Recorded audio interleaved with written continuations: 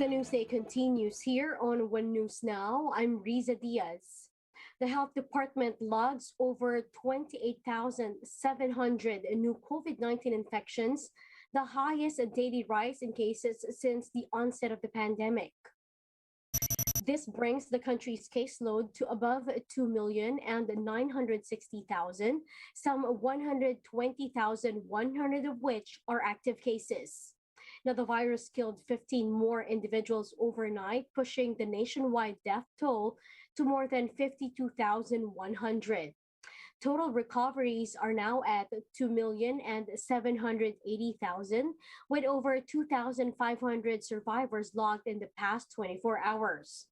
At least 44% out of more than 77,400 COVID-19 tests recently conducted yielded positive results. 14 laboratories were not able to submit data. COVID-19 cases in the country continue to rise, and this begs the question, is the worst of the pandemic yet to come? To share with us his insights, we have with us Professor Guido David of the Octave Research. Professor Guido, good afternoon.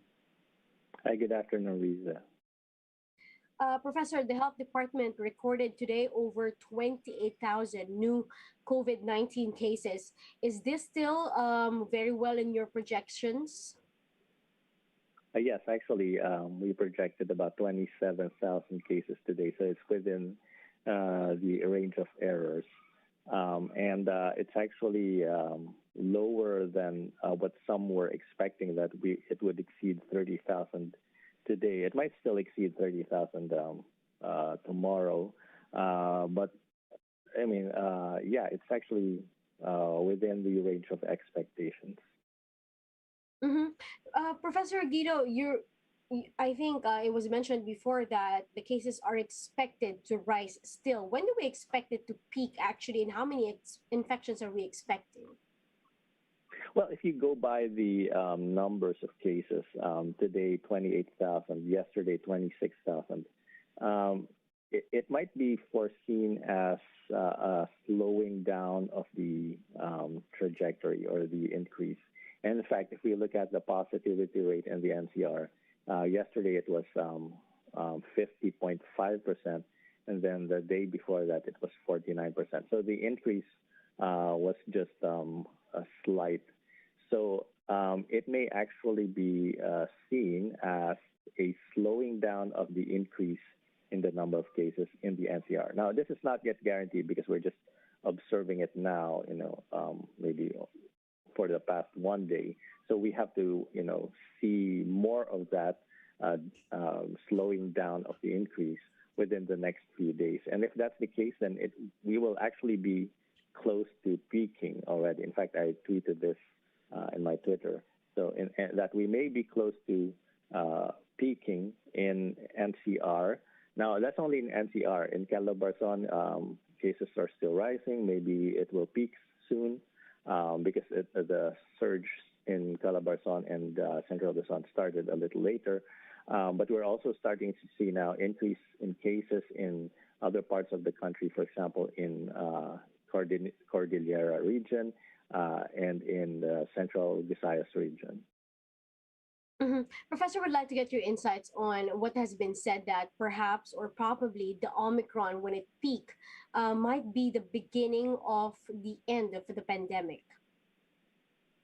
Yes, well, actually, that was framed by one of our colleagues in Octave Research, Father Nicanor, and he stated that, well, it was more of a prayer that he's praying that, or that he's hoping that would be the case, that it would be the beginning of the end. And he used some scientific papers as basis for this argument.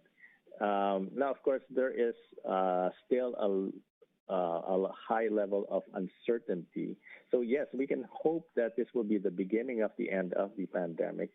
But I personally, am not very, very optimistic. I mean, I want to be cautious about it because we don't know if new variants will arise and how they will behave. And that would be a concern because we don't know if our vaccines and our immunity will be sufficient protection for future variants of the coronavirus. Mhm. Sir, how soon do you think, or until the country would actually have the positivity rate breach of 50%? And what could be the implications to this? Well, in the NCR, we're already at 50.5%, so we've actually exceeded 50%, and it will probably stay above 50% over the next few days. Even if we're already at our peak, of course, I think I mentioned it in one of your programs that if we reach a high positivity rate, we'll start to lose visibility of the pandemic in the NCR, meaning we won't really know what the trend is because we're not testing enough, or the number of cases we're seeing would be higher or relative to our testing. But for the rest of the country, well, that might also happen. I mean, in fact, it has happened in the past in some areas. For example, Palawan. There was a time when they had like 80% positivity rate. So, of course, testing will be a concern, not just in the NCR, but in other parts of the country. When they start to see surges, or like in Calabarzon, it's still, surging. Definitely, we're monitoring closely the positivity rate if it reaches 50%. Mhm. Professor, would you recommend that the government escalate Metro Manila to alert and level 4? And what other restrictions or measures should we need? Well, that is a decision for the interagency task force, and I think they might be discussing that if we're going to have to change alert levels after January 15.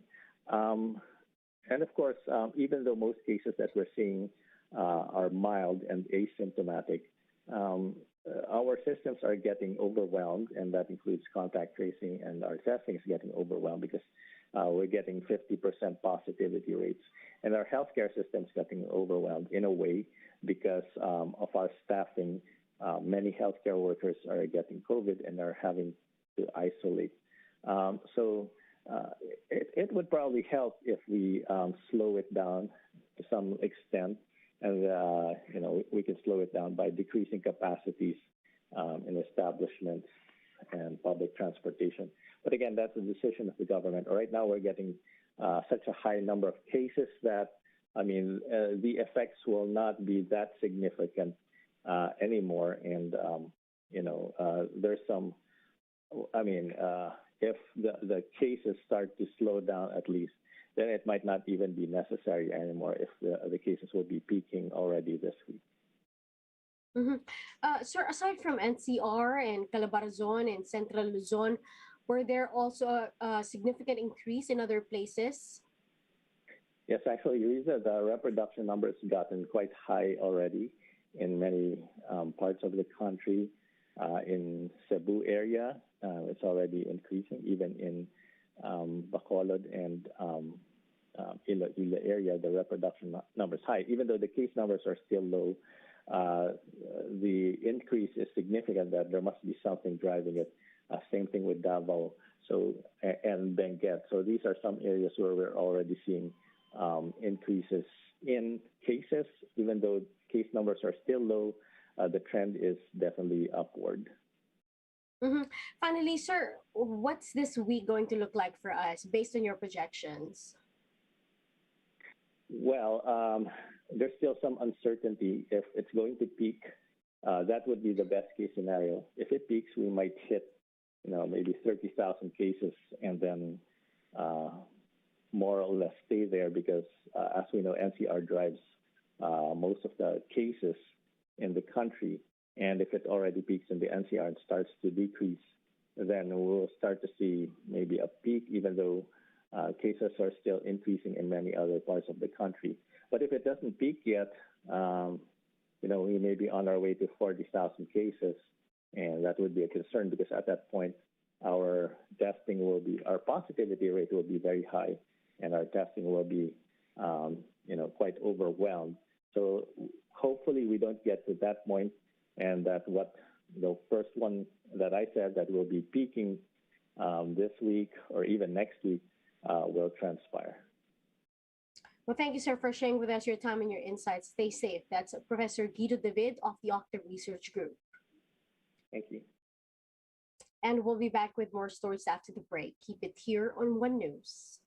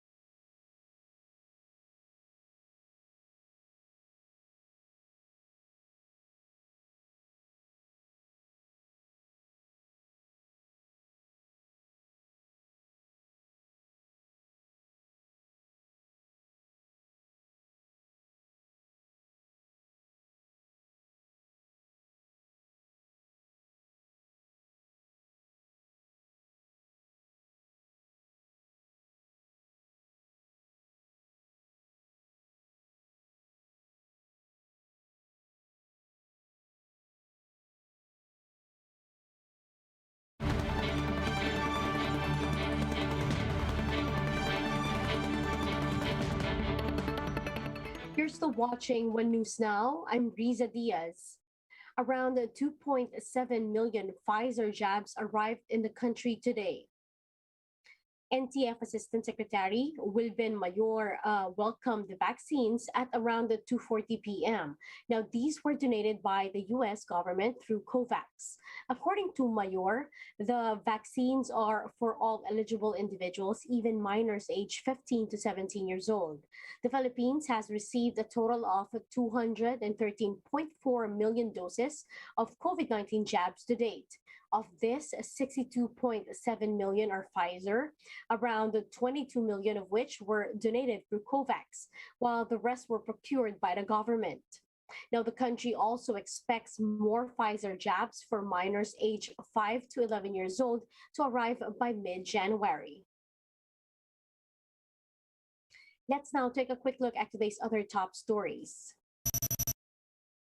President Duterte sends a message as the faithful celebrates the feast of the Black Nazarene. In his message, Duterte asked devotees to pray for the nation's healing and recovery amid the pandemic. Recall that the government canceled Traslacion this year due to the spike in COVID-19 cases. The National Police has started the implementation of gun ban ahead the 2022 elections. The PNP will now carry out checkpoints operations around the country until June 8. Only authorized personnel are allowed to carry firearms for the time being. And heads up, motorists, pump prices are set to increase this week. Unioil projects that the prices of diesel would increase by up to 1 peso and 10 centavos per liter. Gasoline prices are likewise expected to rise up to 80 centavos. Now, for more updates, visit News 5, the Philippine Star, and Business World Online. Visit our website, onenews.ph, for more in-depth analysis. You can also catch One News on Signal Play app. Register for a free account now at www.signalplay.com and stream One News live anytime, anywhere. I'm Riza Diaz. Mask on, wash hands, and stay safe, Philippines. We are One News.